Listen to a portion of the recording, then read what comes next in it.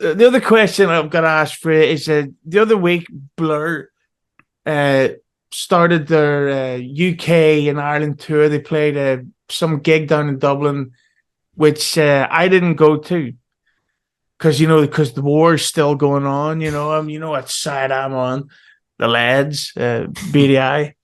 But the way I would describe Blur's return in this big tour they're doing is quite hypocritical. In that they started off, they announced that big Wembley Stadium show, and people were like, holy shit, it's fucking Blur. That'd be amazing. We've got to get tickets. It's a one-off show. And then Blur's always like, yeah, we're just doing it for the sake of the fans. It's a one-off show just for the fans. And 2 nights, actually.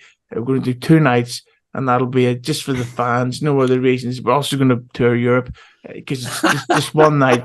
And then this Wembley gig, and then no more shows. Ireland, we're going to do Ireland. So that'll be just us, just these 17 gigs, and 3 more. Book America, and that'll be us. Just these 24 gigs, not for financial reasons. We'll probably do a 3rd night in Wembley in 2024 when we do the Park Life anniversary tour. But this 1 year and a half of touring, and that's us, because it's just about the fans.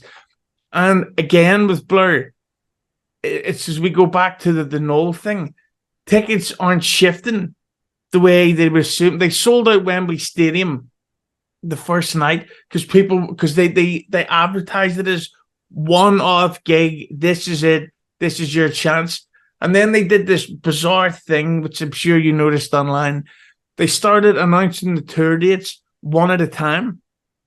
Instead of being like, we're playing Europe on these dates, we're playing the UK and Ireland on these dates. Then America, it was like every week they announced a new tour date. So if you're trying to fucking book, if you're from like Spain and you're like, holy shit, I'm gonna book these tickets. I'm going to London. I'll go see Madame Tussauds. Go see where they filmed the Rise of the Foot Soldier 3. The really good one. And you love it. Am I joking? Everybody knows the 4th one is the best. But I think that the way I would describe Blur's comeback is hypocritical, and that has sort of exposed them for the fact that they are not that they would have been doing it for free anyway, but they would be in it for the money. What would be your take on that? I've never got Blur. I've never got them. Do you know what I mean? Never. So I bought Park Life, I bought Great Escape, and I bought the self-titled one. So all the really big ones in the 90s, I bought them all. And I've never gone at all. So they released them that new single, and I listened to it, and I was going, well, it's all right, but it's average. And yeah, I remember that. I remember them coming out and saying, this is it, one-off gigs, Wembley, Paul Weller supporting. And you're like, whoa, tickets all gone. You're like, wow, okay, that's massive. But what you got to remember about these bands, what I've learned as I've sort of met and worked with more and more kind of sort of rock stars and that, is that they've all got these teams around them. Often the musicians themselves are not that involved, but there's a team behind every rock star who are just strategizing everything on every level for how can we maximize this for maximum exposure and the maximum income, and bang, bang, bang, bang, bang. And often I don't know a lot of thought is given to morals. If you get an artist like Jerry Cinnamon, who is just him, as far as I'm aware, he doesn't even have a manager. I think it's just him. Or you get like a proper indie band who are running their own label. It tends to be less like that. But these massive PR companies, it would have been a strategy. The whole thing would have been thought out, maximum hype. I mean, let's be honest. I think Oasis are doing the exact same thing right now with hyping everything up like a boxing match in the lead up to a potential reunion. It's just the way of it in the music industry. And when you get an artist who's not playing the game, they're the exception, not the rule. It's funny you mentioned Jerry Cinnamon there, who is really big, but I've got to say he is the fucking most overrated pile of shit on the planet right now. You hear these people saying, he's got these great lyrics. Like, no, he doesn't. All he does is talk about fucking doing keys of drugs. Oh, doing a key in a nose bag. And then all the song titles are just fucking ridiculous, right? Cinematic erratic, like what? And vampire campfire. It's just like, that's not a song, you fucking idiot. That's his fucking thesaurus. Here's my new single, Headphones, Dead Tones. Like, I'm going to have to respectfully disagree with you there. I like him, but there's plenty of shit coming out now to hate. Have you heard anything by Youngblood? no, is that totally unmanufactured punk rapper guy? Yeah.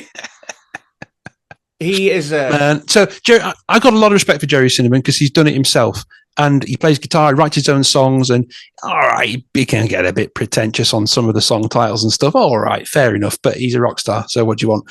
But I mean, for someone like me who's all about, you know, get the guitar bands back in, do it yourself from the ground up, I find him quite inspirational. Really, I'd rather tell you how much I dislike bloody people like Youngblood and shit like that. Did you watch Glastonbury?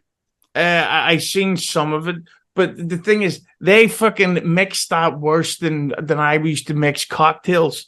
It's like I have this mad thing, but if I'm in the editing bay and if I see a singer with a microphone and you can't hear what they're singing, I'd be like, you should maybe turn that volume up. But that's radical thinking, mate. That's radical thinking. Crazy old alcoholic me. Have you got any drugs, by the way? Apparently that was the BBC, you know, for the Guns N' Roses set, that was the BBC. So you can watch camera phone video of Guns N' Roses live. Axl Rose is clear as a bell. Mm. You watch the BBC playback, dropping in and out. But I mean, so for me, the big thing at Glastonbury really was the Arctic Monkeys, though. I mean, what did you? I have to say, I was not impressed. What did you think of their set like? I didn't watch it at all. I've never got the Arctic Monkeys, which makes, because you'd think I would, because they're exactly the type of music I like. I just never got it. I just think that I seen this thing on YouTube. It was from like 2007 or 2008, and it was do you remember when they used to do the late night Channel 4 music show? And it was the NME tour for 2007, 2008, and it was all these bands of the time, the Klaxons, the Horrors, the View, some other band, and they're all, what's that coming over the hill? Is it a monster? Oh, The Automatic. The Automatic, yeah. There you go. Great tune. I love that tune. Yeah, and none of those bands went on to do anything. They were all just like flavor of the month shite. And that's what I just assumed the Arctic Monkeys were going to be. But I heard they were crap. Oh, mate, fucking hell. Dire. So I don't like the latest stuff quite as much. But obviously I'm a Yorkshireman, and I'm sort of quite big into my my Yorkshire heritage and stuff. And they're from Sheffield, you know, and they used to, you see it on Twitter, you know, people banging on about Alex Turner's not singing about getting into fights with bouncers in a kebab shop anymore. And, you know, I was like, when I heard they were on, I was like, yeah, come on, a proper flipping Yorkshire band headlining Glastonbury. And what a crock of shit. Man, it was dire. He sang the whole bloody thing like a poor Elvis impression. Everything was slowed down. Like it was just like this Lounge Lizard Arctic Monkeys covers set. Do you know what I mean? I mean, I'm sorry to say that the Americans blew us out of the water that night. Yeah, and Elton John just blew us. But I love Elton John, by the way. But the best thing on for me the whole time was the Manics. Sorry, carry on. I still haven't seen that yet. But the one thing that I would have to say is that I do like the Last Shadow Puppets, Alex Turner's other band. And I remember they played, I don't know if it was Glastonbury or some other festival. I mean, they're performing live. But he's shite. Because he sings and it's like, are you messing around or are you actually shite? It's difficult, isn't it? Because who knows? So the weird thing was, right, he opened the set with a really unusual choice of song. The first track, let me just look it up. Was it Aromatic Cinematic? I think so. Yeah, he opened the set with this song in which there's a line where he's saying, I can't stand your horrible new sound or something like that. And they opened the set with it. And I thought, hang on, I saw a tweet pointing this out and I was like, do you know what? I wonder if he's doing some weird, bloody, pretentious art experiment here. And he announces it in the opening track. We've got this horrible new sound, intentionally alienates the entire audience and then buggers off. I mean, I wonder if that's what it was. It is very possible, but I think when we just wrap this one up on alienating audiences, I think that's exactly what Blur have done. This whole weird tour date release thing with a mystery album announcement, which is always is bizarre to me. Why would a band want to secretly record an album? That's your job. You know, like if Blur secretly designed an airplane, you'd be like, holy fuck, that's interesting. They're like, hey, James, I've got breaking news for you. Metallica have got a new album coming out. It's like shock horror. Like, didn't see that coming. Yeah. Wait a minute, they've got we're taking our career in a musical direction, and that's I think the Blur may have maybe blown the opportunity of a much bigger impact with this new stuff. If they'd have just said, guess what, guys, we're in the studio, the new album will be out at the end of July, we've got a tour coming up that's going to last for about a year, tickets go on sale soon, people would be like, yeah, maybe The Great Escape wasn't the worst album of the 90s after all, even though it is.